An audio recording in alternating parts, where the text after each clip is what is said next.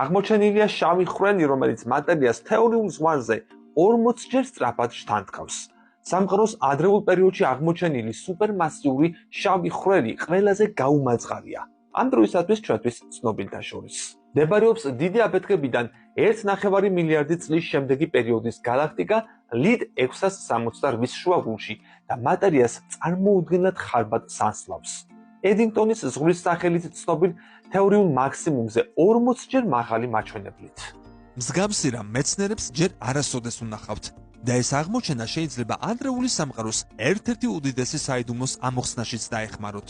როგორ გახდნენ სუპერმასიური შავი ხვრელები ასე წარმოუდგენლად მასიურები დიდი აფეთქებიდან საკმაოდ მოკლედ პერიოდში.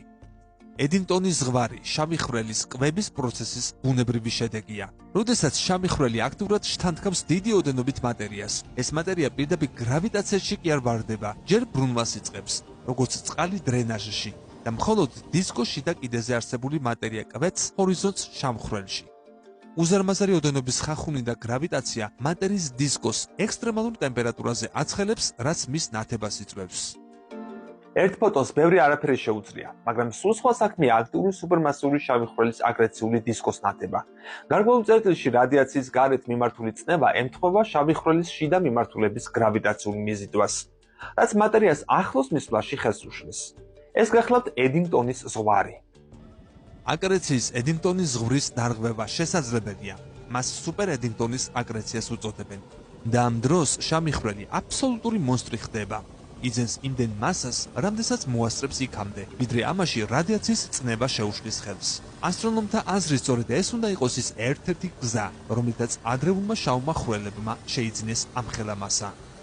კვლევართა ჯგუფმა, რომელსაც ჯემინის ობსერვატორიის ასტრონომი ჰიევონ სუჰი ხელმძღვანელობდა, ჩანდრას რენტგენული ობსერვატორიის მიერ აღმოჩენილი რენტგენულ დიაპაზონში კაშკაშა, მაგრამ სხვა ტალღის სიგრძეებში მკრთალი გალაქტიკების შესასწავლად ჯეიმს ვების კოსმოსური ტელესკოპი გამოიყენა. როდესაც გალაქტიკა ლიდ 568-ს მიადგნენ, გაუჭირდათ სივრცე დროში მისი მანძილის იდენტიფიცირება. გალაქტიკა ძლიერ მკრთალი და ძნელად დასანახი იყო. თუმცა ჯეიმს ვების ინსტრუმენტ ნირს სპეცის გამოყენებით ჯგუფმა გალაქტიკის ზუსტი პოზიცია განსაზღვრა.